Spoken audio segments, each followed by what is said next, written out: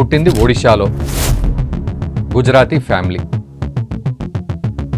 కానీ మాట్లాడేది మాత్రం పాక్ పాట పాడతాడు. I've been to Pakistan. I felt at home. I've been to Bangladesh. I've been to Nepal. And I feel at home. Rahul గాంధీకి ఏదైనా స్క్రిప్ట్ కావాలంటే అంకుల్ శామ్ పిట్రోడాను బాగా. నిజానికి రాహుల్ గాంధీ గారిని అనేటప్పుడు కాంగ్రెస్ నేతలు కూడా చాలామంది.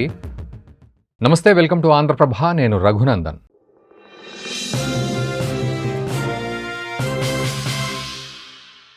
ఈ శామ్ పిట్రోడా అనే వ్యక్తిని ఎవరికైనా చూపిస్తే బాగుండు, కానీ ఆ కాంగ్రెస్ వాళ్ళు ఎవరికీ చూపించకపోవడం వల్ల అప్పుడప్పుడు 6 నెలలకోసారి లేదా సంవత్సరానికోసారి బయటికి వచ్చి ఒక కాంట్రవర్షియల్ డైలాగ్ మాట్లాడేసి మళ్ళీ కలుగులోకి వెళ్ళిపోతాడు. ఆయన కాంగ్రెస్ ఓవర్సీస్ చీఫ్. సో అక్కడెక్కడో ఉండి అమెరికాలో ఉండి మాట్లాడతాడు. నిజానికి Satyanarayan Gangaram Pitroda, Sam Pitroda, bank cheque మీద శామ్ అని రాశాడట ఒక అతను. సో ఈ శామ్ ఏదో బాగుందని అదే పేరు ఫిక్స్ అయ్యాడు. పుట్టింది ఒడిశాలో, గుజరాతీ ఫ్యామిలీ. కానీ మాట్లాడేది మాత్రం పాక్ పాట పాడతాడు, లేదా అమెరికా డీప్ స్టేట్ పాటలు పాడుతూ ఉంటారు వీళ్ళంతా. ముఖ్యంగా రాహుల్ గాంధీకి ఒక అద్భుతమైన అడ్వైజర్గా పనిచేస్తాడు. రాహుల్ గాంధీకి ఏదైనా స్క్రిప్ట్ కావాలంటే అంకుల్ శామ్ పిట్రోడాను బాగా ఫోన్లోనో ఏదాకలో మొత్తానికి కన్సల్ట్ చేస్తే ఆయన తన యొక్క సిద్ధాంతాలన్నింటినీ రాహుల్ గాంధీ గారి మీద రుద్ది అది దేశం మీదకి వదులుతూ ఉంటారు. నిజానికి రాహుల్ గాంధీ గారిని అనేటప్పుడు కాంగ్రెస్ నేతలు కూడా చాలామంది మౌనం ఉండాల్సిన పరిస్థితి. ఎందుకంటే రాహుల్ గాంధీ పరిస్థితి, మానసిక స్థితి ఏంటో వాళ్ళకి ఇంకా ప్రత్యక్షంగా తెలుసు కాబట్టి. ఈవెన్ సెంట్రల్ పరిస్థితి నుంచి లోకల్గా కాంగ్రెస్ స్పోక్స్ పర్సన్స్ కానీ లేకపోతే లీడర్స్ కానీ ఓవరాల్గా లోకల్గా మనం చూసే మనం వాళ్ళతో పాటు మనతో పాటు తిరిగే స్పోక్స్ పర్సన్స్ కావచ్చు, లేదా ఇక్కడున్న తెలుగు మన లీడర్స్ కావచ్చు, ఎవరున్నా కూడా రాహుల్ గాంధీ గురించి మాట్లాడినప్పుడు కొంత జాగ్రత్తగానే వాళ్ళు రెస్పాండ్ అవుతారు. ఎందుకంటే వాళ్లకు కూడా ఒక అంచనా ఉంది రాహుల్ గాంధీ ఎంత అద్భుతమైన మేధావితనంతో మాట్లాడతారనేది. ఈ అద్భుతమైన మేధావికి గురువు శామ్ పిట్రోడా అంకుల్. ఇతను మళ్ళీ ఒక గ్యాస్ వదిలాడు ఆయనకు గ్యాస్ ప్రాబ్లం వల్ల.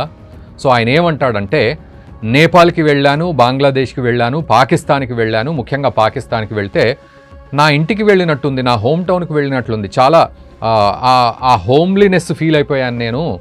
మన భారతదేశం కూడా ఈ ఫారిన్ పాలసీ విషయంలో చాలా నేర్చుకోవాలి. మనము చుట్టుపక్కల దేశాలతోటి మనం మిత్రత్వంతో ఎలా ఉండాలి మనం అనేది నేర్చుకోవాలి అని భారతదేశానికి గుణపాఠం చెప్పే ప్రయత్నం ఆయన చేశాడు.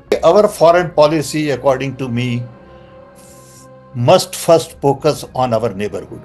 Can we really substantially improve relationship with our neighbor? They are all small, they all need help, they are all going through difficult times, and there is no need to fight. Of course there is a problem of violence, of course there is a problem of terrorism, and all that is there, but at the end of the day in that neighborhood there is common gene pool. మన foreign policy అంతా neighbourhood మీద focus చేయాలి. మనం చుట్టూ ఉన్న దేశాలతోటి మిత్రత్వాన్ని పెంచుకోవాలి అనేది ఆయన మనకు హితబోధ చేస్తున్న మాట. నిజానికి మనందరికీ తెలుసు రాహుల్ గాంధీ ఎక్కడెక్కడికి వెళ్తారు, ఎవరెవరిని కలుస్తారు. ముఖ్యంగా అమెరికా లాంటి దేశానికి వెళ్ళినప్పుడు ఎలాంటి వాళ్ళను కలుస్తారు, వాళ్ళకు ఏ దేశంతో లింకులు ఉన్నాయి. సో నేను పేర్లు చెప్పట్లేదు, ఇంక చాలా లిస్టు ఉంటుంది అది. బట్ ఏ దేశంతో లింకులు ఉన్నాయి వాళ్ళకి, వాళ్ళు ఏ కాన్సెప్ట్తో రాహుల్ గాంధీని కలిసి ప్రేమగా చూస్తారు. భారత వ్యతిరేక శక్తులందరితోటి రాహుల్ గాంధీ కలుస్తాడు అమెరికాకు వెళ్ళినప్పుడు. అండ్ స్క్రిప్ట్ కూడా రెడీగా ఉంటుంది, పీడిఎఫ్. సో ఆ స్క్రిప్ట్లో ఉన్న కాన్సెప్ట్ని వంట పట్టించుకొని పవర్ పాయింట్ ప్రజెంటేషన్లు, లేకపోతే పార్లమెంట్లో మాట్లాడాలు, లేకపోతే ప్రెస్ మీట్లో మాట్లాడాలు, ఇవన్నీ కూడా చాలా మెచ్యూర్డ్గా చేస్తున్నా అనేది ఆయన సిద్ధాంతం. కానీ ఏది మాట్లాడినా హిందుత్వానికి వ్యతిరేకమో దేశానికి వ్యతిరేకమో మనకు స్పష్టంగా కనబడుతుంది. అందులో చైనా, పాకిస్తాన్ని మెచ్చుకోవడం కనబడుతుంది. సో ఇలాంటివన్నీ కూడా ఇదంతా కూడా ఒక టీం భారత్కి వ్యతిరేకంగా మాట్లాడే ప్రయత్నం చేస్తూ ఉంటుంది. అందులో శామ్ పిట్రోడా కూడా. సో పాకిస్తాన్కి వెళ్ళినప్పుడు సొంత దేశానికి వెళ్ళినట్టు, హోమ్ అంటే నా సొంత ఇంటికి వెళ్ళినట్టు ఫీల్ అవుతున్నాడంటే మరి నిజంగానే పాకిస్తాన్కి వెళ్ళి అక్కడే ఉండిపోవచ్చు. అమెరికా నుంచి పాకిస్తాన్ ఫ్లైట్ వేసుకొని మొత్తానికి అక్కడ ఇక్కడ అప్ అండ్ డౌన్ కొట్టొచ్చు. కానీ అసలు భారత్తో నీకు సంబంధం ఏంటి, భారత్లో ఉన్న ప్రజల ఎమోషన్స్తో నీకు అసలు ఏం సంబంధం ఉందని నువ్వు ఇలా మాట్లాడతావు అనే ప్రశ్న ఇక్కడ ఉత్పన్నమవుతుంది. I've been to Pakistan and I must tell you, I felt at home. So నీకు అక్కడ సొంతిల్లులాగా అనిపించినప్పుడు అక్కడే ఉండొచ్చు హ్యాపీగా. భారత్కి రావాలని కూడా ఎవరు కోరుకోవట్లేదు, నీకెవరు టికెట్ వేయట్లేదు అనేది ఇక్కడున్న వాళ్ళ ఆలోచన. ఇదొకటే కాదండి, శామ్ పిట్రోడా ఇదివరకు కూడా చాలా కాంట్రవర్సీలు మాట్లాడాడు. ఏదో ఒక సందర్భంలో మాట్లాడుతూ అది కాంట్రవర్సీ. ఒకవేళ దేశాన్ని డెవలప్ చేసే విషయంలో గనక ప్రధాని మోదీకి కానీ లేకపోతే కేంద్ర ప్రభుత్వానికి కానీ చురకలంటిస్తే దాన్ని కన్స్ట్రక్టివ్ క్రిటిసిజం అని మనం తీసుకోవచ్చు. కానీ మాట్లాడేదంతా భారత వ్యతిరేక శక్తిలాగానే మాట్లాడడం జరుగుతుంది. సో ఈరోజు నేను ఈ వీడియోలో ఆయన ఇదివరకు చేసిన దారుణమైన డైలాగ్స్ ఏంటో నేను చెప్తాను. ఎక్కువ నిడివి కాకుండా స్ట్రైట్ టాక్ లాగా సూటిగా సుత్తి లేకుండా నేను మాట్లాడతాను. సో ఇక్కడ పాకిస్తాన్ లాంటి దేశం సొంతిల్లు అవుతుంది. అండ్ ఈరోజు యూత్ ఎవరైతే ఉన్నారో ముఖ్యంగా జెన్జీ వీళ్ళంతా కూడా రాహుల్ వ్యాఖ్యల్ని సమర్థించాలి. రాహుల్కు మరొక గొంతులాగా మీరు మారాలి రాహుల్ గాంధీకి అని చెప్తూ ఉన్నాడు ఆయన. అంటే ఓట్ చోరీ విషయంలో మీరు కూడా గొంతెత్తండి. ఇక్కడ చూడండి, జెన్జీకి యూత్కి ఆయన ఇచ్చే సలహా. ఈరోజు నేపాల్లో ఏం జరిగింది అంటే భారత్లో కూడా ఇలాంటివి రెచ్చగొట్టే ప్రయత్నాల్లో భాగంగా ఈ రకంగా వీళ్ళు ప్రయత్నం చేస్తున్నారంటే ఎంత దారుణంగా అనిపిస్తుందంటే ఈ కనెక్టివిటీ డాట్స్ కనెక్ట్ చేస్తూ ఉంటే భారత్లో ఖచ్చితంగా బంగ్లాదేశ్, నేపాల్ లాంటి సిచ్యువేషన్ రావాలి అనేదే వీళ్ళ అభిమతం. అందుకే ఇప్పుడు జెన్జీని రైట్ ఫ్రమ్ యాక్సిలరేషన్ 0 నుంచి వీళ్ళు స్టార్ట్ చేశారు వీళ్ళని రెచ్చగొట్టడం. రాహుల్ గాంధీ ఓట్ చోర్ అనే అంశానికి గొంతు గెలపాలంట. కలిపి రేపటి రోజున ఇవాళ ఒకవేళ ఈ కాన్సెప్ట్ ఫెయిల్ అయినా పర్వాలేదు, రాహుల్ గాంధీకి ప్రాబ్లం లేదు, ఇతను చేస్తూనే ఉంటాడు. మోదీ చోర్ హే లేకపోతే ఓట్ చోర్ ఇవన్నీ చేస్తూనే ఉంటాయి. తను సక్సెస్ అయ్యేంత వరకు చేస్తూనే ఉంటాడు. ఇక్కడ మీరు చెప్పండి, తను సక్సెస్ అవుతాడా లేకపోతే అధపాతాళానికి వెళ్ళిపోతాడా అనేది ఈ పాయింట్లోనే కామెంట్ చేయండి. ఇక ఇదొక ఎత్తు అయితే కాంగ్రెస్ పార్టీ కూడా ఇక్కడ సమాధానం చెప్పాలి. శామ్ పిట్రోడా ఈరోజు చేసిన వ్యాఖ్యలు అవి ఆయన వ్యక్తిగత వ్యాఖ్యల, రాహుల్ గాంధీ వ్యాఖ్యల, లేకపోతే అమెరికా వ్యాఖ్యల, లేకపోతే పార్టీ లైన్ కూడా అదేనా? శామ్ పిట్రోడాకి సపోర్ట్ చేస్తూ పార్టీ లైన్ కూడా థమ్స్అప్ పెడుతుందా ఈ వ్యాఖ్యలకి? ప్రతిసారి చేసిన వ్యాఖ్యలు కావచ్చు, ఈసారి సపరేట్ వ్యాఖ్యలు కావచ్చు. ఇక ప్రతిసారి చేసిన వ్యాఖ్యల గురించి ఇప్పుడు నేను మాట్లాడతాను. ఫిబ్రవరి 14, 2019 పుల్వామా అటాక్ జరిగినప్పుడు ఇదే శామ్ పిట్రోడా ఆయన సపోర్టు చేయడం పక్కన పెట్టి అటాక్స్ జరుగుతూ ఉంటాయి, ఇవన్నీ జరుగుతూ ఉంటాయి, కానీ మనం రియాక్ట్ ఆ విధంగా అవ్వద్దు. ముంబై అటాక్స్ కూడా జరిగాయి కాంగ్రెస్ హయాంలో. మనం ఏమన్నా ఏరోప్లేన్స్ వేసుకొని వెళ్ళి వాళ్ళ మీద అటాక్ చేశామా పాకిస్తాన్ మీద? ఒకవేళ అటాక్స్ జరిగితే అవి టెర్రరిస్టులు చేసినట్టుగానే చూడాలి, అంతేగాని పాకిస్తాన్ చేసినట్టు చూడొద్దు, అక్కడి కామన్ మ్యాన్ చేసినట్టు చూడొద్దు. ఓకే, కామన్ మ్యాన్ చేసినట్టు ఎవరూ చూడట్లేదు. ప్రతి ఒక్కడికి, మన దేశంలో మెదడున్న ప్రతి ఒక్కడికి తెలుసు పాకిస్తాన్లో కామన్ మ్యాన్ మనకంటే దరిద్రాన్ని అనుభవిస్తున్నాడని. అంటే ఒక రకంగా చెప్పాలంటే మనకేదైనా దరిద్రం ఉంటే అంతకంటే దారుణమైన దరిద్రాన్ని పాకిస్తాన్ వాడు అనుభవిస్తున్నాడు. నిజంగా మన ప్రధాని మోదీ పాకిస్తాన్కు కూడా ప్రధాని అవుతే పాకిస్తాన్ బాగుపడుతుంది అనే అభిప్రాయం మనకు 100% ఉంది. కాబట్టి అక్కడి ప్రజల గురించి మనం ఏమనుకోవట్లేదు. ఖచ్చితంగా పాకిస్తాన్ ఆర్మీ ఈరోజు అక్కడి మిలిటెంట్లకి, టెర్రరిస్టులకి సపోర్ట్ చేస్తుంది కాబట్టే వాళ్ళు అటాక్ చేసే ప్రయత్నం చేస్తూ ఉన్నారు. ఇదే పుల్వామా అటాక్ విషయంలో, ముంబై అటాక్స్ విషయంలో మనం ఏమైనా దాడి చేశామో ముంబై అటాక్స్ అప్పుడు అని చెప్పి మాట్లాడితే, ఈరోజు నిజం చెప్పాలంటే ఆసిమ్ మునీర్కి ఇక్కడ టెర్రరిస్టులకు లింకులు ఉన్నాయనేది కాశ్మీరీ అనే టెర్రరిస్టు మొన్నటికి మొన్న దాన్ని డిక్లేర్ చేశాడు. మైకులో గట్టిగా ప్రపంచానికి తెలిసేటట్టు అరిచాడు. అంటే ఇప్పుడు మనం ఏమనుకోవాలి? పాకిస్తాన్ కామన్ మ్యాన్ గురించి మాట్లాడుతున్నామా, లేకపోతే పాకిస్తాన్ గవర్నమెంటు, ఆర్మీ అక్కడ టెర్రరిస్టులకు సపోర్ట్ చేస్తుందనే విషయం ప్రపంచానికి బట్టబయలైందని మాట్లాడుకుంటున్నామా? సో మనం అటాక్ ఎవరి మీద చేస్తున్నాం? ఆపరేషన్ సింధూర్ అటాక్ జరిగితే దాని గురించి ఒక్క పొగడతైనా ఉందా? ఖచ్చితంగా ఆపరేషన్ సింధూర్ అటాక్ మనం మిలిటెంట్ల మీద చేసాం, టెర్రరిస్టుల మీద చేసామని చెప్పినాము. అది పాకిస్తాన్ మీద ఎలా అవుతుంది? అది పాకిస్తాన్ గవర్నమెంట్ మీద కాదు, పాకిస్తాన్ ప్రజల మీద కాదు, కేవలం ఆ టెర్రరిస్టుల మీద.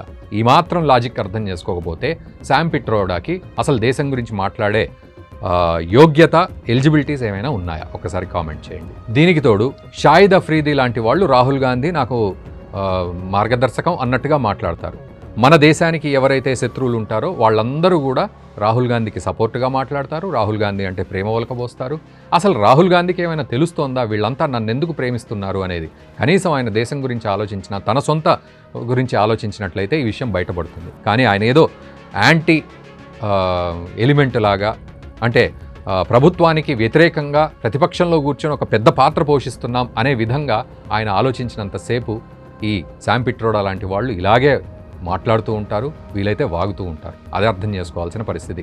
ఇక మరొక వైపు మన దేశంలో మనకు తెలుసు డైవర్సిటీ యూనిటీ ఇన్ డైవర్సిటీ అనేది, భిన్నత్వంలో ఏకత్వం అనేది.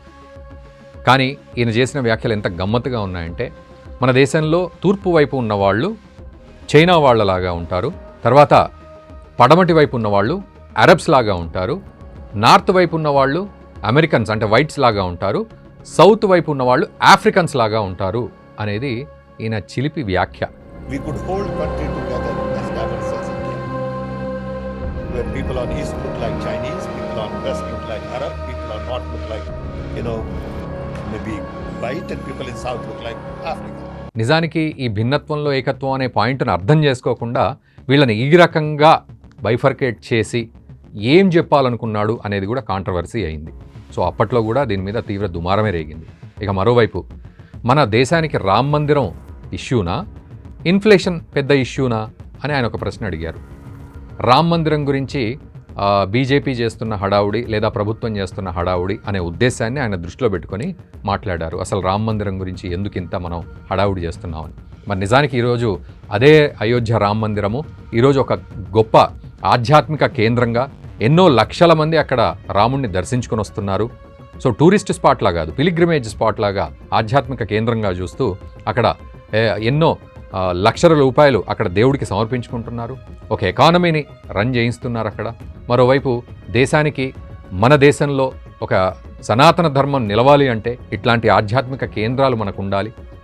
మరి ఈరోజు రామ్ మందిరం ఇంపార్టెంటా, ఇన్ఫ్లేషన్ ఇంపార్టెంటా అనే ప్రశ్న మనల్ని అడుగుతున్నాడు. కానీ ఇదే పాకిస్తాన్ అడగచ్చా? ఈరోజు పాకిస్తాన్కి ఆర్మీకి టెర్రరిస్టులకు లింకులు బయటపడ్డప్పుడు మరి మీకేది ఇంపార్టెంటు? ఆర్మీయా, టెర్రరిజమా, లేకపోతే పాకిస్తాన్లో అడుక్కు తినే కామన్ మ్యానా అనే ప్రశ్న ఎందుకు పాకిస్తాన్ లాంటి దేశానికి వేయలేకపోతున్నాడు ఇదే శామ్ పిట్రోడా? ఈరోజు ఇంటికి వెళ్ళినట్టు అనిపిస్తుంది అని అనుకుంటే మరి ఆ ఇంటి దగ్గర చుట్టుపక్కల అడుక్కునే వాళ్ళు చాలామంది ఉన్నారు. గోధుమ పిండి కొనుక్కునే పరిస్థితి లేదు, పాల ప్యాకెట్ కొనుక్కునే పరిస్థితి లేదు, పిల్లలకు బిస్కెట్లు కొనే పరిస్థితి లేదు అక్కడ. మనం ఈరోజు పార్లీజీ లాంటి చిన్న బిస్కెట్లు 5 రూపాయలకు కొంటే వాడు అక్కడ 50 రూపాయలకు కొంటున్నాడు, ఇంకెక్కువనే కొంటున్నాడు. మరి ఇవి పట్టించుకునే పరిస్థితి లేదు, ఇంటికి వెళ్ళినట్టుంది అంటున్నాడు. మరి ఈరోజు అక్కడ టెర్రరిస్టుల లింకులు బయటపడినప్పుడు నీ కొంపలోనే టెర్రరిస్టుల లింకులు బయటపడితే నువ్వు అడగాల్సిన పరిస్థితి నీకు లేదా అనే ప్రశ్న ఇప్పుడు చాలామంది అడుగుతున్నారు. 2019 ఏప్రిల్లో మరొక వ్యాఖ్య, మిడిల్ క్లాస్ వాళ్ళు సెల్ఫిష్గా ఆలోచించొద్దు అని ఆయన వ్యాఖ్య చేస్తున్నాడు. ఏంటంటే కాంగ్రెస్ న్యాయ్ అనే స్కీమ్ని తీసుకొచ్చింది. సో అందరికీ కూడా సంవత్సరానికి 72,000 పంచుతామని చెప్పి అప్పట్లో రాహుల్ గాంధీ కూడా దాన్ని ఫేమస్ చేశారు. సో మొత్తానికి 72,000 సంవత్సరానికి పంచిన దాఖలాలు ఈ చరిత్రలో ఎప్పుడూ లేవు ఆయన ద్వారా. కానీ బట్ ఆయన మిడిల్ క్లాస్ వాళ్ళు సెల్ఫిష్గా ఉండొద్దు అని అంటున్నాడు. సో మిడిల్ క్లాస్ వాళ్ళు సెల్ఫిష్గా ఉండొద్దు అనే వ్యాఖ్య చేయడం వెనక అర్థం ఏంటో అది ఒక్కసారి మీరు కామెంట్ చేయండి. అసలు మిడిల్ క్లాస్ వాడు హాయిగా బతికే పరిస్థితులు మనము ఎంతవరకు చూస్తున్నాము? ఎందుకంటే ఖర్చులు అలా ఉంటాయి, మనం ఎదగాలనే కోరిక ఉంటుంది, కానీ మనకు డబ్బు సరిపోదు. ఇది ఇక్కడే కాదు, ఏ దేశంలో అయినా మిడిల్ క్లాస్ వాడి పరిస్థితి అలాగే ఉంటుంది భూమి మీద. మరి అలాంటి వాడు సెల్ఫిష్గా ఉండొద్దు అనే అసలు పిచ్చి ప్రేలాపన చేయడం ఎంతవరకు సమంజసం? 2019లో ఈ ప్రేలాపన చేశాడు ఇది. ఇక మొన్నటికి మొన్న ఇన్హెరిటెన్స్ ట్యాక్స్ గురించి మాట్లాడడం జరిగింది ఆయన. ఇన్హెరిటెన్స్ ట్యాక్స్ ఒకవేళ ప్రధాని మోదీ మీద కోపం ఉంటే ఆయన్ని ఒకవేళ పర్సనల్గా అటాక్ చేసినా ఆయన దాన్ని హ్యాండిల్ చేసుకోగలరు. కానీ ఇన్హెరిటెన్స్ ట్యాక్స్ అనేది ఏంటి అంటే, అమెరికాలో ఒక మనిషి ₹1,00,00,000 కనుక సంపాదిస్తే అందులో 45% అతని పిల్లలకు పోతుంది, 55% గవర్నమెంట్కు పోతుంది. సో మేము ఇలా దేశవ్యాప్తంగా కూడా మేము డబ్బును పంచిపెడతాము అని చెప్పి మాట్లాడడం జరిగింది. సో ఎవరైతే బాగా డబ్బులు సంపాదిస్తున్నారో వాళ్ళ డబ్బుల్ని మేము మిగతా వాళ్ళకి పంచి పెడతాము, దేశవ్యాప్తంగా ఉన్న వాళ్ళకి అని చెప్పి. పేదవాళ్ళకి సంక్షేమ పథకం ఇవ్వడం ఓకే, పేదవాళ్లకు నువ్వు ఏదో ఒక రూపంలో హెల్దీగా డబ్బులు వాళ్లకు సపోర్ట్ చేయడం ఓకే. కానీ ఇది ఎక్కడి ఇన్హెరిటెన్స్ లా అనేది ప్రజలు ఆశ్చర్యపోయారు ఆ రోజు. ఏంటి శామ్ పిట్రోడా ఎవరు, అసలు ఏమిటి వ్యాఖ్యలు అనే ప్రశ్న అక్కడ మళ్ళీ ఉత్పన్నమైంది. సో ఇలాంటి వ్యాఖ్యలు చేస్తూ ఉంటాడు ఆయన. సో మన దేశం కొలాబరేట్ అవ్వాలి కానీ కన్ఫ్రంట్ అవ్వద్దు అనేది ఆయన ఒక మాట చెప్తూ ఉంటారనమాట శామ్ పిట్రోడా. కొలాబరేట్ అవ్వాలి. సో నిజానికి మన దేశంతో కొలాబరేట్ అయ్యే పరిస్థితులు చైనా ఎప్పుడైనా పెట్టుకుందా? ఈరోజు మనం బుద్ధి చెప్పిన తర్వాత కొలాబరేట్ అవుతోంది. కన్ఫ్రంట్ అంటే మనమే ఒక అడుగు ముందుకు వేసి రెచ్చగొట్టినట్టు చేయొద్దు అనేది ఆయన ఉద్దేశం. యాక్చువల్లీ మనం అలా చేశామా? పాకిస్తాన్ లాంటి దేశం ఈరోజు ఎలా ప్రవర్తిస్తోంది, ఎలాంటి లింకులు ఉన్నాయనేది పూర్తిగా ప్రపంచానికి తెలిసింది. మనం ఎండగడుతూనే ఉన్నాం. సో ఇక్కడ ఎవరు కన్ఫ్రంట్ అవుతున్నారు? చైనా ప్రతిసారి మన దగ్గర మన భూభాగాన్ని ఆక్రమించుకుంటూ వస్తోంది. ఈరోజు మనం బుద్ధి చెప్పిన తర్వాత డిసెంగేజ్మెంట్ స్టార్ట్ అయ్యాయి సంవత్సరం నుంచి. మరి ఎవరు కన్ఫ్రంట్ అయ్యారు? ఇది ఎప్పుడు అర్థమవుతుంది? ఇక బంగ్లాదేశ్ నుంచి రోహింగ్యాలు వీళ్ళంతా వస్తుంటారు, మయన్మార్ నుంచి. మరి వీళ్లను ఎప్పుడు ఆయన కామెంట్ చేసిన సందర్భం శామ్ పిట్రోడాకు ఉందా? సో వీళ్ళని కనుక నిజంగా ఇక్కడి నుంచి డీపోర్ట్ చేస్తే ఈరోజు శామ్ పిట్రోడా గుండె తట్టుకోగలదా? రాహుల్ గాంధీ గుండె తట్టుకోగలదా? మరి వీటికి సమాధానాలు ఎందుకు చెప్పరు? ఆపరేషన్ సింధూర్ జరిగితే మన ఫైటర్ జెట్స్ ఎన్ని కూలిపోయాయని రాహుల్ గాంధీ అడుగుతారు. తర్వాత ఈ అటాక్స్ మనం సర్జికల్ స్ట్రైక్ చేస్తే వాటికి ప్రూఫ్లేంటి అని మనల్ని అడుగుతారు.